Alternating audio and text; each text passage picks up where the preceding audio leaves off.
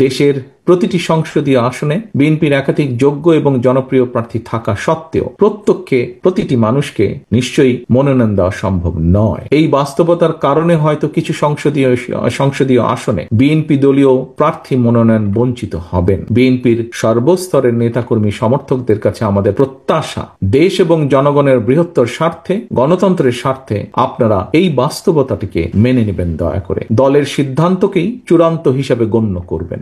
আপনাদেরকে আমি আবারও সেই কথাটি স্মরণ করিয়ে দিতে চাই, ব্যক্তির চেয়ে দল বড়, দলের চেয়ে দেশ বড়। নেতাকর্মীদের আবেগটাও তো আপনি সম্মান করবেন, কারণ দেখুন এই নেতাকর্মীদের জন্যই কিন্তু নেতাকর্মীর ভালোবাসা, নেতাকর্মীদের ত্যাগ, নেতাকর্মীদের শ্রম, নেতাকর্মীদের ঘামেই কিন্তু আমরা এত দূর আসি যে আমরা মনোনয়নটা প্রত্যাশা করতে পারি। সো তাদের তো নিশ্চয়ই মনটা খারাপ হবে। 237 আসনে অবশেষে বিএনপি তার মনোনয়ন ঘোষণা করেছে। এটা একেবারে শতভাগ নিশ্চিত তা বলা হয়নি, বলা হয়েছে এই তালিকার পরিবর্তন হতে পারে। আসসালামু আলাইকুম ওয়া রাহমাতুল্লাহি ওয়া বারাকাতুহু। যারা এই মুহূর্তে ভিডিওটি দেখছেন, ভিডিওটি প্লে করেছেন, তাদেরকে অনুরোধ করব দয়া করে পুরো ভিডিও সম্পূর্ণ ধৈর্য সহকারে দেখবেন। খুবই গুরুত্বপূর্ণ এবং অত্যন্ত ইম্পর্টেন্ট ভিডিও নিয়ে উপস্থিত হয়েছি, হাজির হয়েছি আপনাদের মাঝে। সম্মানিত বন্ধুগণ, দর্শক শ্রোতা মণ্ডলী, সুপ্রিয় বন্ধুগণ, দর্শক শ্রোতা মণ্ডলী, মনোনয়ন না পেয়ে রীতিমতো খেপে গেলেন রুমিন ফারহানা। হ্যাঁ, ঠিকই শুনেছেন আপনারা। ক্ষোভ প্রকাশ করে বিএনপির ভারপ্রাপ্ত চেয়ারপারসন তারেক রহমানকে নিয়ে কি বলল রুমিন ফারহানা, সেই বক্তব্যটি নিয়ে এখন তোলপাড় দেশের রাজনৈতিক অঙ্গন। প্রিয় দর্শক শ্রোতা মণ্ডলী, আমরা দেখব মনোনয়ন না পাওয়ার ব্যাপারে কি বললেন রুমিন ফারহানা, এবং একই সঙ্গে আপনারা সকলে অবগত আছেন যে গতকাল বিএনপি চূড়ান্তভাবে তাদের প্রার্থী ঘোষণা করেছে এবং এর মধ্যে তালিকায় নেই 10 হেভি ওয়েটের নাম। প্রিয় দর্শক শ্রোতা মণ্ডলী, এবং 63টা আসনে কিন্তু এখনও পর্যন্ত প্রার্থী ঘোষণা করেনি বিএনপি, এবং সেগুলা খালি রেখেছে। কেন, কিসের জন্য খালি রেখেছে সেটি বিষয়েও কথা বলেছে ব্যারিস্টার রুমিন ফারহানা। অপরদিকে ব্যারিস্টার রুমিন ফারহানা সহ যে সমস্ত ব্যক্তিরা মনোনয়ন না পেয়ে হতাশায় রয়েছেন, ক্ষোভ প্রকাশ করছে, তাদের উদ্দেশ্যে কথা বলেছে বিএনপির ভারপ্রাপ্ত চেয়ারপারসন তারেক রহমান। নেতাকর্মীদের শান্ত থাকার নির্দেশ দিয়েছেন, বলেছেন যে সবার আগে দল বড় এবং দলের থেকে দেশ বড়। প্রিয় দর্শক শ্রোতা মণ্ডলী, তারেক রহমান বলেছে আমাদের এত এত নেতাকর্মীদের মধ্যে মাত্র 300 আসনে 300 জন ব্যক্তি সিলেক্ট করা লাগবে। 300 জন ব্যক্তিকে আমরা প্রার্থী হিসেবে নিতে পারি। তাদের মধ্যে যারা উপযুক্ত মনে করছি, যারা যোগ্য ব্যক্তি মনে করছি, তাদেরকেই প্রার্থী নির্বাচিত করছি, তাদেরকে মনোনয়ন দিচ্ছি। তাছাড়া যারা মনোনয়ন পাননি তারা দলের হয়ে দলের ব্যক্তিদের সঙ্গে কাজ করুন, তারা দেশ গঠনে এগিয়ে আসুন। কোনো বিতর্কিত নেতাকর্মীদের মনোনয়ন দিবে না বিএনপি, স্পষ্ট করেছে তারেক রহমান। চলুন কথা না বাড়িয়ে তারেক রহমান চূড়ান্ত প্রার্থী ঘোষণাকে কেন্দ্র করে কি বলল এবং মনোনয়ন না পেয়ে ব্যারিস্টার রুমিন ফারহানার কি বক্তব্য সেটা আমরা শুনি, তারপরে কথা বলি। আশা করি সঙ্গে থাকবেন পুরো ভিডিওটি জুড়ে আপনারা আমাদের। দেশের 300 সংসদীয় আসনে বিএনপি দলীয় প্রার্থী কিংবা বিএনপি সমর্থিত প্রার্থীরা মনোনয়ন চূড়ান্ত করার প্রক্রিয়া প্রায় চূড়ান্ত ধাপে রয়েছে। জনসমর্থিত এবং জনপ্রিয় দল হওয়ার কারণে প্রতিটি নির্বাচনী আসনে বিএনপির একাধিক যোগ্য প্রার্থী মনোনয়ন প্রত্যাশা করছেন, করাটাই স্বাভাবিক। একটি রাজনৈতিক দলের জন্য এটি অবশ্যই গৌরব এবং সম্মানের। দেশের প্রতিটি সংসদীয় আসনে বিএনপির একাধিক যোগ্য এবং জনপ্রিয় প্রার্থী থাকা সত্ত্বেও প্রত্যেককে প্রতিটি মানুষকে নিশ্চয়ই মনোনয়ন দেওয়া সম্ভব নয়। ভিন্ন রাজনৈতিক দলের যারা ফ্যাসিবাদ বিরোধী আন্দোলনে আমাদের সঙ্গে রাজপথের সঙ্গী ছিলেন, এমন প্রার্থীকেও বিএনপি সমর্থন দেওয়ার সিদ্ধান্ত নিয়েছে।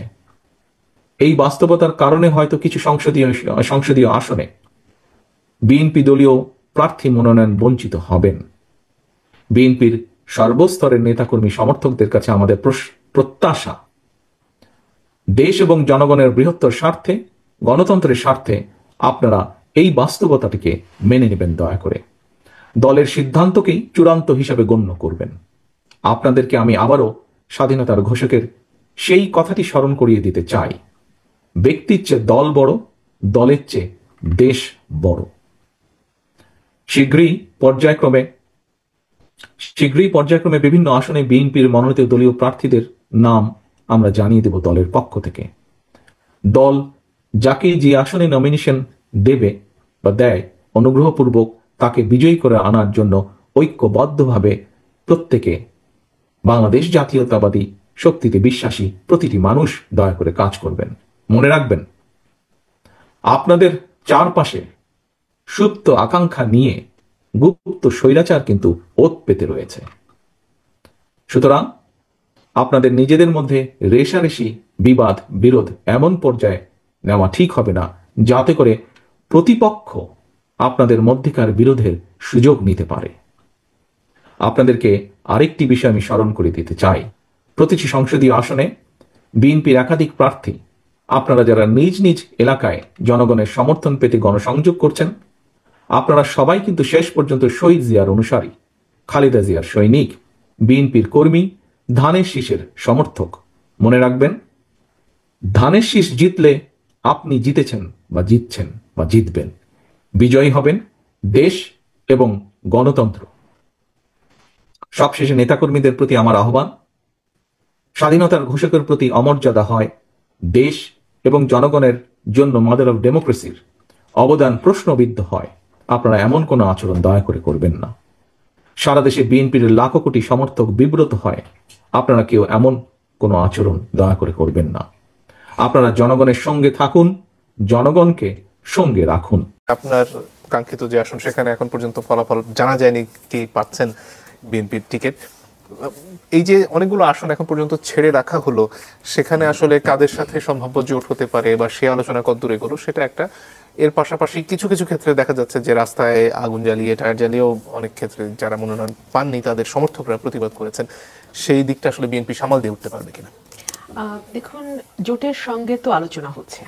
জোট বলতে যারা 12-15 বছর বিএনপির সঙ্গে নানান সুখে দুঃখে, বিপদে আপদে, মামলা হামলায় বিএনপির সঙ্গে ছিল, তাদের সঙ্গে আসন ভাগাভাগির একটা ব্যাপার আছে। নতুন করে আবার অন্য কোনো দলের সঙ্গেও জোট হতে পারে, এই আলোচনাও আছে, শোনা যাচ্ছে। সো যেই 63টা আসনে এখনো মনোনয়ন ডিক্লেয়ার করা হয়নি, সেখানে ম্যাক্সিমামই জোটের আলোচনা বা জোটের চাওয়া আসনগুলো আর কি। মানে আলোচনা তো ঠিক না, জোট তো কিছু আসন চেয়েছে যেগুলো বিএনপি কনসিডার করবে, বা যেটা ভাই বললেন যে উইনেবল ক্যান্ডিডেটকে, উইনিং ক্যান্ডিডেটকে, সেটা দেখবে বিএনপি। সো আপাতত যে 63টা উইথ হোল্ড আছে, আমারটাও অন হোল্ডেই আছে। আর যেটা আপনি বলছেন যে মনোনয়ন না পেয়ে যে প্রতিবাদটা, এখন দেখুন এখানে আপনি এটাকে নানানভাবেই দেখতে পারেন। এক হচ্ছে যে এত বড় একটা দল, প্রতিটি আসনে মানে কি বলবো 10 জন পর্যন্ত মনোনয়ন প্রত্যাশী আছে, এরকমও আছে। 3-4 জন তো অন অ্যান অ্যাভারেজ, কিন্তু 10-12 জন প্রত্যাশী এমনও আছে। সো সেখান থেকে একজনকে বাছাই করা is really very tough, really very tough. So তারপরেও তো এই বাছাইটা করতে হয়। সে কারণেই কিন্তু মনোনয়ন দেওয়ার আগে ভারপ্রাপ্ত চেয়ারম্যান বারবার আমাদের সঙ্গে বসেছেন, আমাদেরকে জানিয়েছেন, আমাদেরকে বলেছেন যে সকলকে তো মনোনয়ন দেওয়া যায় না। 300-র মধ্যে আমি কতজনকে, 300 জনকে দিতে পারবো, এর বেশি তো আমি দিতে পারবো না, কিন্তু দলে অন্য কোনোভাবে তাকে প্রোভাইড করা হবে, এগুলো বলা হয়েছে। তারপরেও যদি রাস্তাঘাটে এভাবে টায়ার জ্বালানো বা আগুন দেয়া নেতাকর্মীরা আবেগের বশে হয়তো করছে, তবে এটা খুব বেশি দিন এটা লিঙ্গার করবে না। নেতাকর্মীদের আবেগটাও তো আপনি সম্মান করবেন, কারণ দেখুন এই নেতাকর্মীদের জন্যই কিন্তু এক একজন মনোনয়ন প্রত্যাশীদের 1 নম্বর, 2 নম্বর, 3 নম্বরে চলে আসে। এত নেতাকর্মীর মধ্যে নেতাকর্মীর ভালোবাসা, নেতাকর্মীদের ত্যাগ, নেতাকর্মীদের শ্রম, নেতাকর্মীদের ঘামেই কিন্তু আমরা এতদূর আসি যে আমরা মনোনয়নটা প্রত্যাশা করতে পারি। সো তাদের তো নিশ্চয়ই মনটা খারাপ হবে। নির্বাচন যখন ঘনিয়ে আসে, অনেকে স্বতন্ত্র হিসেবে প্রার্থিতায় চলে আসে, নির্বাচনে প্রতিদ্বন্দ্বিতা করেন, সেটা আসলে বিএনপি ঠেকাতে পারবে কি? এটা না আজকে মাত্র মনোনয়ন তো প্রাথমিক তালিকা বলছেন আমাদের সম্মানিত সম্ভাব্য তালিকা, প্রাথমিক তালিকা। তো প্রাথমিক তালিকা আবার সেক্রেটারি জেনারেল এটাও বলছেন যেটা মানে অ্যাডও হতে পারে, আবার এখান থেকে চেঞ্জও হতে পারে, আবার নতুন কেউ যুক্তও হতে পারে। আর 63টা আসন তো এখনো ডিক্লেয়ারই হয় নাই। সো এত দ্রুত আসলে কে স্বতন্ত্র দাঁড়াবেন বা কাদের দাঁড়ানোর সম্ভাবনা আছে এটা বলাও কিন্তু খুব ডিফিকাল্ট। আর এর মধ্যে আমি দেখলাম যে নারী প্রার্থী যদি 5% বিএনপি রাজি হয়, যেহেতু শাহেদ আলম ভাই কয়েকজন নারী প্রার্থীর নাম বললেন, 5% যদি 10 জন, তাহলে এখনো 5 জন কিন্তু বাকি আছে। সো এটাও মাথায় রাখতে হবে। সুতরাং এত দ্রুত আমার মনে হয় স্বতন্ত্র নিয়ে বলার। আর বাইরেও যেসব আসনে নির্বাচন কমিশনে দ্বন্দ্ব আছে, ওগুলোর ভার্ডিক্ট অপেক্ষা করছে, আমার আসলে ভার্ডিক্ট অপেক্ষা করছে, আসনটা ভার্ডিক্ট অপেক্ষা করছে। আমি স্টিল বিশ্বাস করি যে শি ইজ কামিং। আমি জানি বাগেরহাট 2-এর একজন ওনার আসনে মানে একেবারে নিশ্চিত প্রার্থী, কিন্তু ওনারটা ওই দ্বন্দ্বের কারণে আটকে আছে। তো এরকম নানা আমার সীমানা নিয়ে এখনো দ্বন্দ্ব। 237 আসনে অবশেষে বিএনপি তার মনোনয়ন ঘোষণা করেছে। এটা একেবারে শতভাগ নিশ্চিত তা বলা হয়নি, বলা হয়েছে এই তালিকার পরিবর্তন হতে পারে এবং আমরা 237 যদি হয় বাকি 63টি আসনে এখনো মনোনয়ন ঘোষণা করা হয়নি। কেমন হলো বিএনপির এই মনোনয়ন, বিএনপি এটা পজিটিভস কি আছে, সারপ্রাইজ কি আছে, সেগুলোর একটু কথা বলতে চাই। নেগেটিভস কি আছে অ্যাজ ওয়েল। আমি শুরুতে অন্তত খুব একটা বড় ফাইন্ডিং যদি বলি, বিএনপি এবার খুব এক্সপেরিমেন্টাল হওয়ার সুযোগ ছিল তার মনোনয়নের ক্ষেত্রে, কিন্তু বিএনপি সেই পথে যায়নি। আমার মনে হয় এটা খানিকটা ভুল। বিএনপির বেশ কিছু জিনিস একটু দেখা দরকার ছিল। কী কী দেখা দরকার ছিল সেটাই আসবে এবং খুব সারপ্রাইজিং মনে হয়। মনোনয়ন পাননি অনেকে, সেটা যেমন সারপ্রাইজ তৈরি করেছে। একজনের মনোনয়ন পাওয়া, আমি এটাকে আলাদাভাবে কথা বলতে চাই, যেন ফজলুর রহমান, তার মনোনয়ন পাওয়া নিয়ে প্রচুর কথাবার্তা আমি সামাজিক মাধ্যমে দেখছি এবং এটাও খুবই ইন্টারেস্টিং একটা মনোনয়ন এবং আমার কাছে পজিটিভ মনে হয়। কেন মনে হয় সেই জায়গায় যাব। আগে পজিটিভ যদি বলি, মানে বিএনপির কৌশলটা আমরা একটু বোঝার চেষ্টা করি। বেগম খালেদা জিয়া 3টা আসনে নির্বাচন করতে যাচ্ছেন। এখন সর্বোচ্চ 3টা আসনেই নির্বাচন করা যায় বাংলাদেশের সংবিধান অনুযায়ী। একটা সময় 5টায় যেত, তার আগে আনলিমিটেড ছিল। যাই হোক, তো সেটার ক্ষেত্রে মানে বেগম খালেদা জিয়ার একটা তথ্য আমরা হয়তো অনেকে জানি না, সেটা হলো একাধিক আসনে নির্বাচন করে যেবার তিনি যে কটা আসনে নির্বাচন করেছেন প্রত্যেকবার তিনি ঠিক ততটিতেই জিতেছেন। এটা শেখ হাসিনার ক্ষেত্রে হয়নি, তিনি বহুবার হেরেছেন। 91 সালে তিনি 3টা আসনে নির্বাচন করে, আমার যতদূর মনে পড়ে, দুটোতেই হেরেছেন। তার গোপালগঞ্জ বাড়িতে যে সিট সেটাই জিততে পেরেছিলেন। যাই হোক, বেগম জিয়া বিএনপির কৌশল আমরা দেখতে পাচ্ছি, বেগম জিয়াকে খুবই ফোরফ্রন্টে রাখা হচ্ছে। আমরা জানি বেগম জিয়া বেশ অসুস্থ আছেন। এই অসুস্থতার মধ্যেও তার নির্বাচন করা আসলে কোনো ব্যাপার না। শুধু 3টা না, 10টা 15টা বা 20টা সিটও যদি নমিনেশনের স্কোপ থাকতো, দেওয়া হলে তিনি সেখানে জিতে আসতেন, কারণ তিনি একটা গুরুত্বপূর্ণ ব্র্যান্ডে পরিণত হয়েছেন বাংলাদেশে। বেগম খালেদা জিয়া মানুষ, তিনি তার দেশ শাসনের সময় ভুলভ্রান্তি আছে, তার ভুল করেছেন, কোনো সন্দেহ নেই। কিন্তু শেখ হাসিনার যে পুরো এন্টায়ার সময়টাতে তিনি তার নিজের জীবনের ঝুঁকি নিয়ে এর বিরুদ্ধে লড়াই করেছেন। আমি প্রায় বলি কথাটা, আমরা অনেকে এই জিনিসগুলো ঠিক এভাবে তলিয়ে দেখি না। 2018 সালের নির্বাচনের আগেও তার সাথে সমঝোতার আলাপ হয়েছিল। তারা যদি ছাড়টার দিয়ে নির্বাচন করতো, বেশ কিছু সিট দিত, দিয়ে বেগম খালেদা জিয়াকে মুক্তি দিয়ে তিনি শান্তিতে তার একমাত্র পুত্র যিনি বেঁচে আছেন তারেক রহমান এবং তার পরিবারের সাথে তার জীবনের এই দিনগুলো কাটাতে পারতেন। তার এক সন্তানকে তিনি হারিয়েছেন, তিনি সেটা নেননি। তিনি থেকেছেন দেশে, মাটি কামড়ে পড়ে থেকেছেন। তার অপসীম যে নেতৃত্ব, তার মানসিকতা, সেটা আমাদের এই লড়াইকে শক্তি জুগিয়েছে। সো বিএনপি বেগম খালেদা জিয়াকে সামনে রাখছে, এই ব্র্যান্ডিংটা ব্যবহার করার চেষ্টা করছে। এটা একটা গুড মুভ।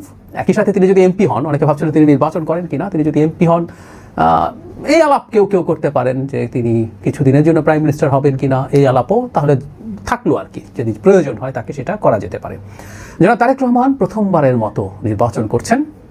তিনি এর আগেও নির্বাচন করার বয়সে অনেক আগে পৌঁছেছেন, কিন্তু তিনি সেটা করেননি কখনো। এই প্রথমবারের মতো করছেন এবং বাংলাদেশে সত্যিকার অর্থে ডিফ্যাক্টো নেতৃত্ব তার হাতে আছে এবং তিনি খুব চমৎকারভাবে তার নেতৃত্ব দিয়েছেন দূর থেকে। আমরা আশা করি নির্বাচনকে সামনে রেখে তিনি খুব দ্রুতই দেশে আসবেন এবং সেটাকে তিনি তার নেতৃত্বে এই দলটা ভালোভাবে সঠিকভাবে নির্বাচনে কন্টিনিউ করতে পারবে। এছাড়া মনোনয়নের ক্ষেত্রে আমরা সোফার যা যা দেখেছি সেটা হলো এক ধরনের, যারা আগে থেকেই ছিলেন, বিভিন্ন সময় নির্বাচন করেছেন, খুব বেশি এক্সপেরিমেন্ট করতে যাওয়া হয়নি। কেন হয়নি সেই জায়গায় আমি আসবো পরে। আমার যেটা অনুমান সেটার কথা বলছি। সারপ্রাইজিং অনেকগুলো নাম আছে যারা নমিনেশন পাননি। স্ট্যান্ডিং কমিটির মেম্বার্স আছেন এবং আমাদের অনেক পরিচিত মুখ আছেন যারা নমিনেশন পাবে বলে মনে হচ্ছিল, কিন্তু তারা শেষ পর্যন্ত পেয়ে ওঠেননি। আবার শেখ হাসিনার বিরুদ্ধে লড়াইয়ে খুবই কঠোর সংগ্রাম করা, আন্দোলন করা, ত্যাগ করা, এরকম বহু মানুষ, বহু নামে অন্তত বেশ কয়েকজনের কথা বলতে পারি যারা নমিনেশন পাননি।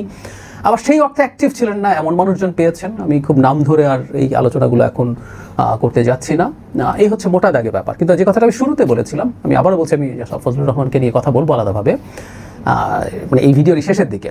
এটা খুবই কিউরিয়াস এবং একটা ইন্টারেস্টিং মনোনয়ন হয়েছে। একটা দল যখন নমিনেশন দেয় তার অনেকগুলো হিসাব থাকে, কিন্তু আমি ধারণা করেছিলাম বা আমি আশা করেছিলাম এবার বিএনপি আসলে এক্সপেরিমেন্ট করার সুযোগ আছে। কেন আছে সেটা বলি। আমি কি চেয়েছিলাম সেটা তার আগে বলি। সেটা হচ্ছে বিএনপি তরুণদেরকে একটু বেশি প্রাধান্য এবার দেবে, এরকম একটা ধারণা আমার তৈরি হয়েছিল। কারণ এবার এই মুভমেন্টটা করেছে খুবই গুরুত্বপূর্ণভাবে সামনে থেকে যে জেনজি এবং আমাদের ভোটারদের একটা বিরাট অংশ, সংখ্যাটা প্রায় 4 কোটি, যাদের বয়স বেশ কম। আমরা এমনি একটা হিসাব করি প্রায় সব সময় 2008 সালের নির্বাচনকে যদি আমরা মোটা দাগে একটা সুষ্ঠু নির্বাচন ধরি, এটা নিয়ে অনেক সমালোচনা আছে, এটা আসলে সুষ্ঠু নির্বাচন ছিল না, তারপরে তর্কের খাতিরে ধরলাম। সেবার সর্বনিম্ন বয়স 18-তে যিনি নির্বাচনে ভোট দিয়েছিলেন তার বয়স 35 হয়ে গেছে। তার মানে বাংলাদেশে 35 বছর এবং তার নিচের কোনো মানুষের একটা জাতীয় নির্বাচনে ভোট দেওয়ার অভিজ্ঞতা নেই। বাকি যা যা হয়েছে শেখ হাসিনার সময়গুলো নির্বাচন ছিল না। তো প্রচুর তরুণ ভোটার যখন আছে যারা প্রথমবারের মতো তাদের ভোট দিতে যাচ্ছেন, তাদের সামনে বেশ কিছু তরুণকে যদি আনা যেত ভালো হতো।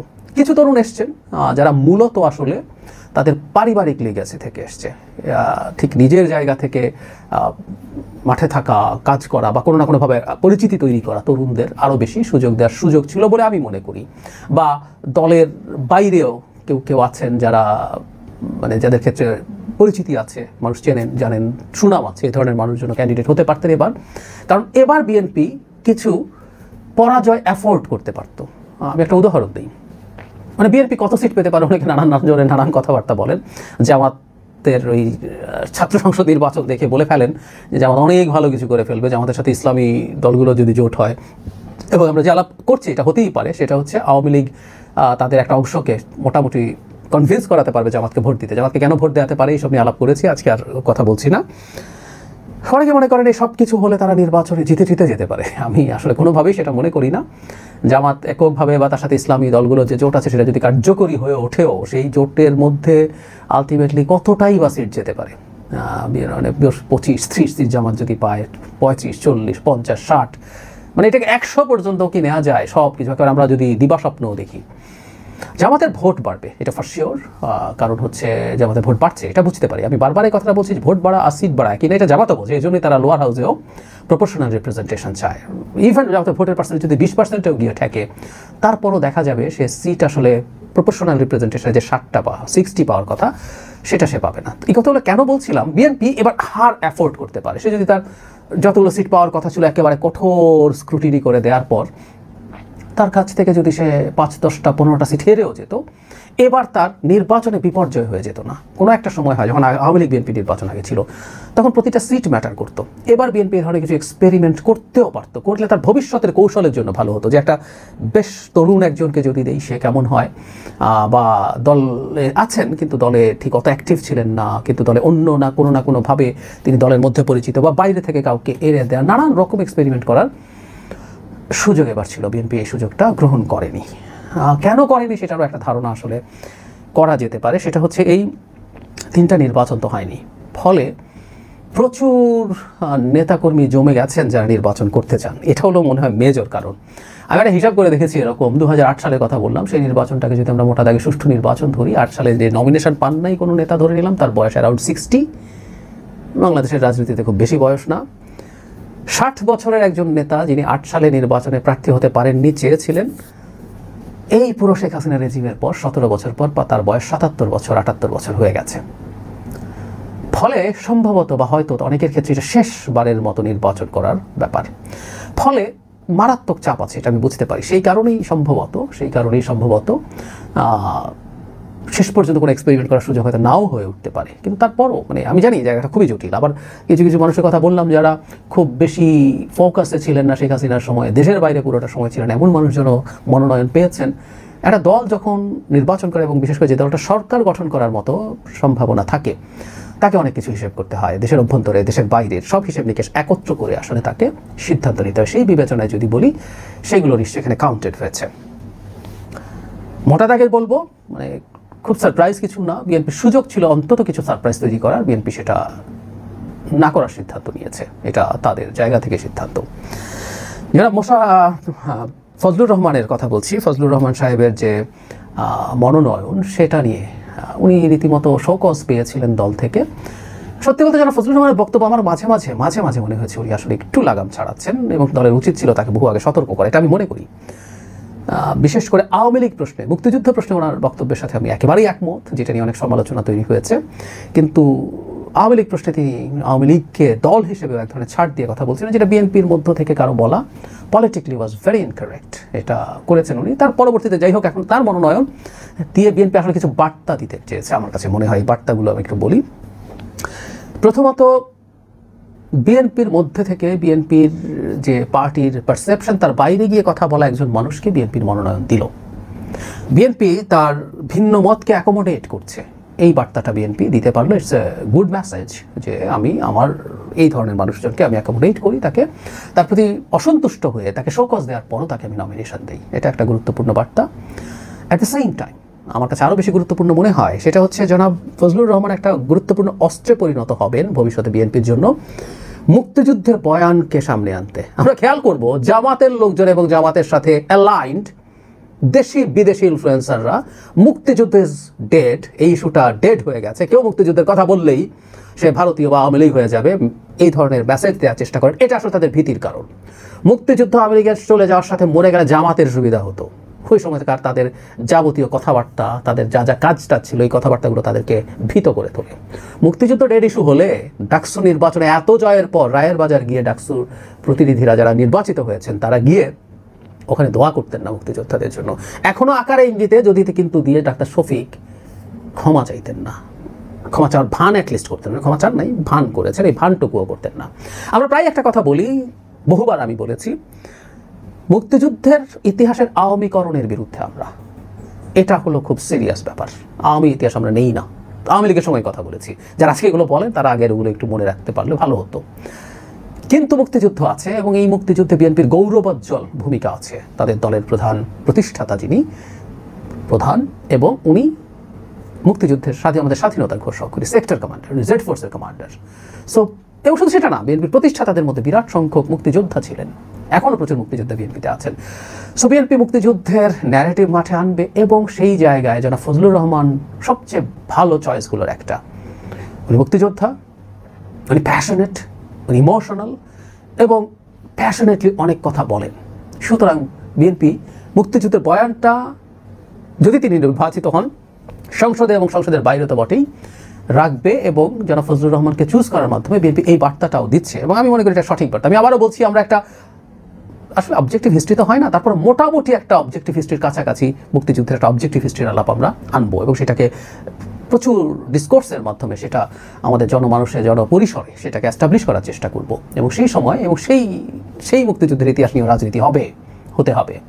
জামাত নামের যে দলটা এই দেশের জন্ম চায়নি, তাদের অনেকে এখানে যুদ্ধাপরাধের সাথে জড়িত ছিল, মানবতা বিরোধী অপরাধের সাথে জড়িত ছিল, তাদেরকে রাজনৈতিকভাবে প্রত্যেকেই, খুব স্বাভাবিক, প্রত্যেক দল আরেক দলের রাজনৈতিক দুর্বলতাকে নিয়ে আঘাত করবে, সেটা নিয়ে জনগণকে কানেক্ট করবে। সুতরাং এই ন্যারেটিভ আসবে এবং সেখানে জনাব ফজলুর রহমান একটা খুব ভালো চয়েস হতে পারেন বলে আমি মনে করি।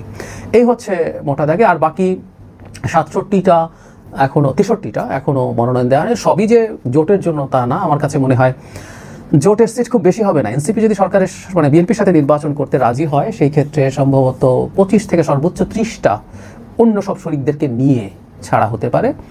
বাকি সিটগুলো সম্ভবত আমি 2-1টা সিটে অন্তত ব্যক্তিগতভাবে জানি যেখানে আসলে বিএনপির মধ্যেই পারস্পরিক এক ধরনের দ্বন্দ্ব আছে, একটু হেভিওয়েট প্রার্থী আছে, আমরা হেভিওয়েট যেটা বলি, তাদের দ্বন্দ্বের কারণে এগুলো আপাতত স্থগিত রাখা হয়েছে, সময় নেওয়া হয়েছে, এগুলো হয়তো অচিরেই চলে আসবে। আর শরিকদের জন্য কিছু সিট তো রাখা হবেই।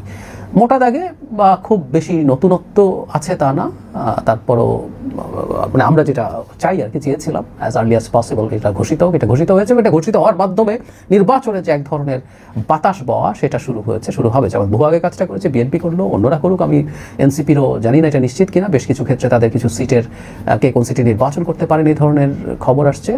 বাংলাদেশ ভোটের আমেজে চলে যাক, যদিও এর মধ্যে কিন্তু আছে। সরকার রিসেন্টলি যে কাজটা করেছে এগুলো নিয়েও কথা বলতে হবে, আলটিমেটাম টাটাম দিয়ে বলছে অনেক কথা, আলাদাভাবে কথা বলবো, কিন্তু যেহেতু এটাই এই মুহূর্তে খবর, এটা নিয়েই আজ থাকুক। রবিন, আপনার সাথে আপনার কাছ থেকে বেশ কয়েকটি বিষয়ে জানা ছিল, দর্শকদের জানানো ছিল। মনোনয়ন প্রত্যাশীদের মধ্যে উল্লেখযোগ্য কারা কারা বাদ পড়লেন সেই খবর কি আপনি পেয়েছেন কিনা, এবং একই পরিবারের দুজনকে মনোনয়ন দেওয়া হবে না এমন ঘোষণা কিন্তু ছিল, শেষ পর্যন্ত তাই কি বলবৎ থাকলো? হ্যাঁ, শেষ পর্যন্ত তাই ঘটলো। অর্থাৎ একই পরিবারের দুইজন প্রার্থী, সম্ভাব্য প্রার্থী, এবং তাদের প্রার্থী হওয়ার যোগ্যতাও ছিল অনেক ক্ষেত্রে, কিন্তু সেই জায়গাটায় বিএনপি খুব কঠোর অবস্থানেই রয়েছে। অর্থাৎ একই পরিবারের দুইজন সদস্যকে প্রার্থী ঘোষণা করা হয়নি বা তাদের সেই প্রার্থীতার প্রতিদ্বন্দ্বিতার সুযোগটুকু ছিল না বা নেই। 237টি যে আসন ঘোষণা করা হয়েছে সেখানে এই বিষয়টি বেশি স্পষ্ট হয়েছে। বরং কিছু কিছু আসনে, যেমনটি যদি বলতে চাই, প্রথম যে সংসদীয় আসন পঞ্চগড় 1, সেখানে যিনি প্রার্থী হয়েছেন ব্যারিস্টার নওশাদ জমির, তিনি ব্যারিস্টার জমির উদ্দিন সরকারের ছেলে। ব্যারিস্টার জমির উদ্দিন সরকার সাবেক স্পিকার এবং বিএনপির স্থায়ী কমিটির সদস্য, তিনি নির্বাচন করছেন তার ছেলে ব্যারিস্টার নওশাদ জমির। অন্যদিকে যদি বলতে চাই, বিএনপির স্থায়ী কমিটির আরেক সদস্য মির্জা আব্বাস, তিনি ঢাকা 8-এ এখন পর্যন্ত দলের ধানের শীষ প্রতীকে প্রতিদ্বন্দ্বিতার জন্য মনোনীত প্রার্থী প্রার্থী তার স্ত্রী আফরোজা আব্বাস, যিনি জাতীয়তাবাদী মহিলা দলেরও সভানেত্রী বটে, তিনি ঢাকা 7-এ সম্ভাব্য প্রার্থী ছিলেন, কিন্তু সেই 7-এ এখন পর্যন্ত কোনো প্রার্থী চূড়ান্ত করা হয়নি, সেই আসনটি খালি রয়েছে। যদি বলতে চাই, বিএনপির স্থায়ী কমিটির আরেক সদস্য জনাব সালাউদ্দিন আহমদ, তিনি কক্সবাজারের একটি আসন থেকে মনোনয়ন পেয়েছেন, কিন্তু তার স্ত্রী, যিনি সাবেক সংসদ সদস্য বটে হাসিনা আহমেদ, তিনি মনোনয়ন পাননি। আর ডক্টর খন্দকার মোশাররফ হোসেন, বিএনপি স্থায়ী কমিটির সদস্য, তিনি কুমিল্লা একটি আসন থেকে মনোনয়ন পেয়েছেন, কিন্তু তার ছেলে ব্যারিস্টার মারুফ হোসেন, তিনিও সম্ভাব্য প্রার্থী ছিলেন, তাকে মনোনয়ন দেওয়া হয়নি। বিএনপি স্থায়ী কমিটির সদস্য আমির খুসরো মাহমুদ চৌধুরী ছেলে ইসরাফিল খুসরুকে, তিনি সম্ভাব্য প্রার্থী হিসেবে মনোনয়ন চেয়েছেন, কিন্তু তাকেও মনোনয়ন দেওয়া হয়নি, বরং চট্টগ্রাম 10 আসন থেকে মনোনয়ন পেয়েছেন আমির খুসরো মাহমুদ চৌধুরী। অর্থাৎ এটি হচ্ছে বিএনপির একেবারে শীর্ষ পর্যায়ের নেতৃত্ব। ইকবাল হাসান মাহটুকু, তিনি বিএনপি স্থায়ী কমিটির সদস্য, সিরাজগঞ্জের একটি আসন থেকে মনোনয়ন পেয়েছেন, তার স্ত্রী সম্ভাব্য মনোনয়ন প্রত্যাশী ছিলেন আরেকটি আসন থেকে, তাকেও মনোনয়ন দেওয়া হয়নি। এই শীর্ষ নেতাদের পরিবারের সদস্যদের যখন এরকমটি ঘটলো, নিশ্চয়ই বলার কোনো অপেক্ষা নেই যে আসলে অন্যান্য বেলায়ও একই রকম ঘটনা ঘটেছে। তবে বিএনপি স্থায়ী কমিটির সদস্য গয়েশ্বরচন্দ্র রায়, তিনি যেমন ঢাকার একটি আসন থেকে, ঢাকা 3 থেকে তিনি মনোনয়ন পেয়েছেন, তার পুত্রবধূ নিপুণ রয় চৌধুরী, যিনি বিএনপির বেশ সক্রিয় একজন কর্মীও বটে এবং ঢাকা জেলা বিএনপির সদস্য সচিব, সেই সঙ্গে নারী ও শিশু কল্যাণ ফোরাম নামে একটি আলাদা প্ল্যাটফর্মের তিনি সদস্য সচিব, তাকে মনোনয়ন দেওয়া হয়নি, গয়েশ্বরচন্দ্র রায়ের পুত্রবধূ। কিন্তু আবার নিপুণ রায় চৌধুরীর বাবা নিতাই রায় চৌধুরী, যিনি বিএনপির ভাইস চেয়ারম্যান, তিনি কিন্তু মনোনয়ন পেয়েছেন মাগুরার একটি আসন থেকে। সেক্ষেত্রে যদি সম্পর্কের বেলায় বলতে চাই, এটি একটি সম্পর্কযুক্ত মনোনয়ন হয়েছে, কিন্তু বাস্তবে নিতাই রায় চৌধুরী নিজেও দীর্ঘদিন রাজনীতি করেছেন, তার ত্যাগ, তার দলের প্রতি যে ডেডিকেশন, সেটা নিয়ে কোনো সন্দেহ নেই। অবশ্যই স্থানীয় পর্যায়ে এবং বিগত দিনের বারবার নির্বাচিত হওয়া, প্রতিদ্বন্দ্বিতা করে, সেসবের বিবেচনায় দল হয়তো এই সিদ্ধান্ত নিয়েছে। এর বাইরে দল আসলে স্বজনদের বেলায় বাড়তি কোনো মনোনয়ন প্রত্যাশীকে মনোনয়ন দেয়নি, অন্তত এই 237টি যে মনোনয়ন ঘোষণা করা হয়েছে সেই জায়গাটায়। যদি বলতে চাই, উল্লেখযোগ্য প্রার্থী, সম্ভাব্য মনোনয়ন প্রত্যাশী ছিলেন, তাদের মধ্যে অনেকেই মনোনয়ন পাননি। যদি বলি যে চুয়াডাঙ্গা 1 আসনের কথা, বিএনপির ভাইস চেয়ারম্যান শামসুজ্জামান দুদু, তার মনোনয়ন পাওয়ার সম্ভাবনা ছিল। বিগত দিনে তিনি চুয়াডাঙ্গা 1 থেকে বারবার প্রতিদ্বন্দ্বিতা করেছেন ধানের শীষ প্রতীকে, কিন্তু এবার তিনি মনোনয়ন পাননি। সেই জায়গায় মনোনয়ন পেয়েছেন স্থানীয় মোহাম্মদ শরীফুজ্জামান, যিনি চুয়াডাঙ্গা জেলা বিএনপির সাধারণ সম্পাদক, তিনি মনোনয়ন পেয়েছেন। অনেকেই মনোনয়ন পাননি। বাকি যে 43 আসনে মনোনয়ন দেয়নি বিএনপি, সে ব্যাপারে জানতে চাই। এসব আসন কি জোটের শরিকদের জন্য রাখা হয়েছে কিনা, এবং তার মানে কি জোট খুব বেশি একটা বড় হচ্ছে না, আমরা কি বলতে পারি কিনা?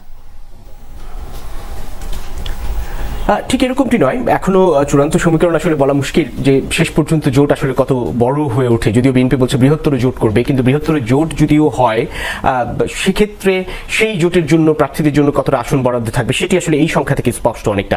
বিএনপি বেশ শক্ত অবস্থানে আছে যে বাকি আসনগুলো, তারা আপনি যেমনটি বলছেন 43টা আসন, সেই আসনগুলো আসলে যুগপৎ আন্দোলনে, দীর্ঘদিন যুগপৎ আন্দোলনে বলতে গেলে এই 5 আগস্ট অভ্যুত্থান পূর্ব সময়কার সময়ে প্রায় 15 বছরের দীর্ঘ আন্দোলন সংগ্রামে এবং সবশেষ 2018 নির্বাচনের পর যে দীর্ঘদিনের তাদের রাজপথের সক্রিয় আন্দোলন, সেখানে যুগপৎভাবে বিএনপির পূর্বের যে 20 দলীয় জোট সেটি বিলুপ্ত করার পর যেই সব দলগুলো তাদের সঙ্গে যুগপৎভাবে কর্মসূচি পালন করে এসেছে, গণতন্ত্র মঞ্চ কিংবা অন্যান্য প্ল্যাটফর্মের বিগত দিনের বিজেপি, যেমন আন্দোলন রহমান পার্থ নেতৃত্বাধীন বিজেপি কিংবা এনডিএম, এই যে দলগুলো, তাদের জন্য কিছু আসন বরাদ্দের কথা বলা হচ্ছে এবং সেই আসনগুলি সাধারণত এখান থেকে মিলবে। তবে একটা বিষয় উল্লেখ করার মতো, যেমনটি বলছিলাম যে সম্ভাব্য প্রার্থীদের মধ্যে বিগত দিনের নারী সংসদ যেমনটি ছিলেন শাম্মী আক্তার, নীলুফার চৌধুরী মনি, রেহানা আক্তার রানু, হেলেন জেরিন খান, তারা কিন্তু মনোনয়ন পাননি।